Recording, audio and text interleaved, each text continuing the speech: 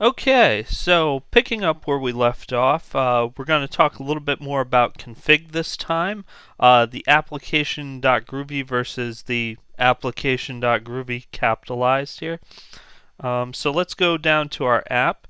This is actually pulling from the Git repository that I included in the notes. And I've set up a whole bunch of branches here, which I'm going to pretty much follow along with the things that I talk about from here on out. So we're going to go to step 1 and check that out. And let's see, we'll go to the Grails and we'll go to the config, and you'll see that I've replaced the application.yaml with an application.groovy. And just to differentiate the two, again, I showed you before the other application.groovy. This is the one that actually runs it, the capital application.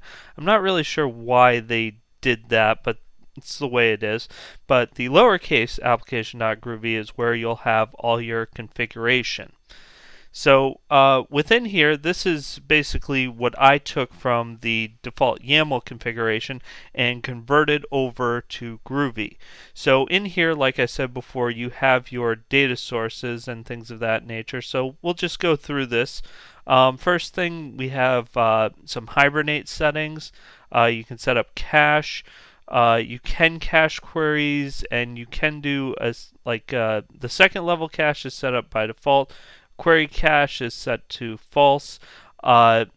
These are things that, depending on who you talk to, can actually cause more issues than not by turning them on, like the query cache. I do remember reading that in one of the programming Grails books by Burke Beckwith. So you have to play around. I'd say you have to play around and figure out what you want for your Hibernate settings here. You also have this region factory class, which is set to ncache by default. Another thing that I added here that wasn't in the default was I set an actual port for Grails to run on, because by default it'll choose 8080, and on the system that I was running this initially, I had something already running on 8080. So that's why. Then we have our data source, which what you get by default is an H2 database setup. You can change this to whatever you want, whether it be MySQL, Postgres, or whatever. I'd say just look into the settings for that.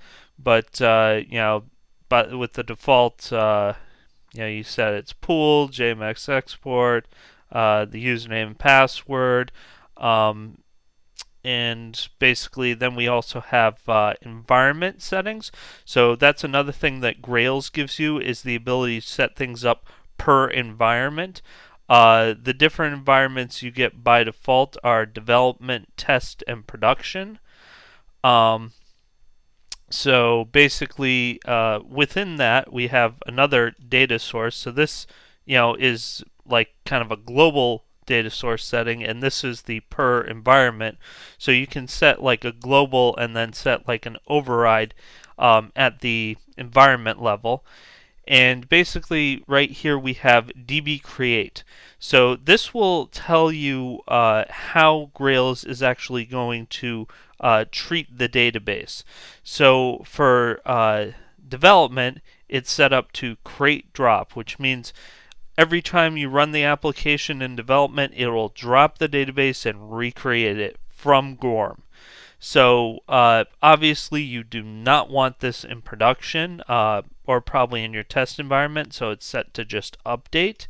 If you're mapping to another database where you're not allowed to actually run queries without them going through proper channels or whatever, then you might want to set this to none and just do updates maybe through the database migration plugin. So that's another way to do that. Then obviously we have the URL. By default, let's see. So you have that, and then there's a more substantial settings for the production they have set up. With max idle, age, and all that, ways to check that it's actually, a valid connection and stuff like that. You might want to check more into these, for your production setup. So, moving on, we also have a little Grails section, which has the profile, which, like I said when we first started this, since I didn't specify, it shows a web profile by default. For code generation, the default package is Grails 3, which is the name of the application. So, let's see. So we have Spring and transactional management proxies false. I think this is because of the new AST transform transfer transactional. Wait a minute, is the AST transactional transform? Kind of hard to say, but we'll see that later in the controllers. Even though they should be in the controllers, they should be in the services, but we'll talk about that later. There's also just some informational stuff like the name, the version, the Grails version, and these are, I guess, some stand-in variables. And then let's see, Spring, and there's a template, check template location, which is false. I've never used this, so I'm not really sure what that's for, but I'm sure it's in the documentation somewhere. There's the MIME types, accept headers, and all that stuff, which is dealt with here. URL caching, controllers, which are singletons by default. Converters, which is set to UTF-8, and the default codec is set to HTML. This is to try to make sure that you don't have any cross-site. Was it cross-site scripting? So basically, it's kind of to mitigate some of the cross-site scripting type things. Actually, I think that's the HTML codec, being XML is meant for that. But this is all stuff that's meant to do that. And then there's a endpoint for JMX, which is set up. And that's pretty much all that's in the default configuration.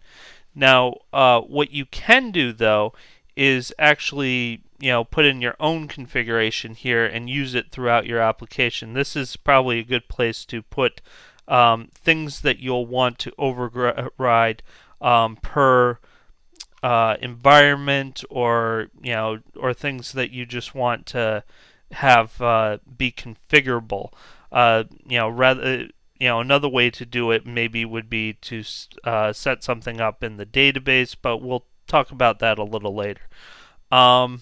So that's pretty much the configuration.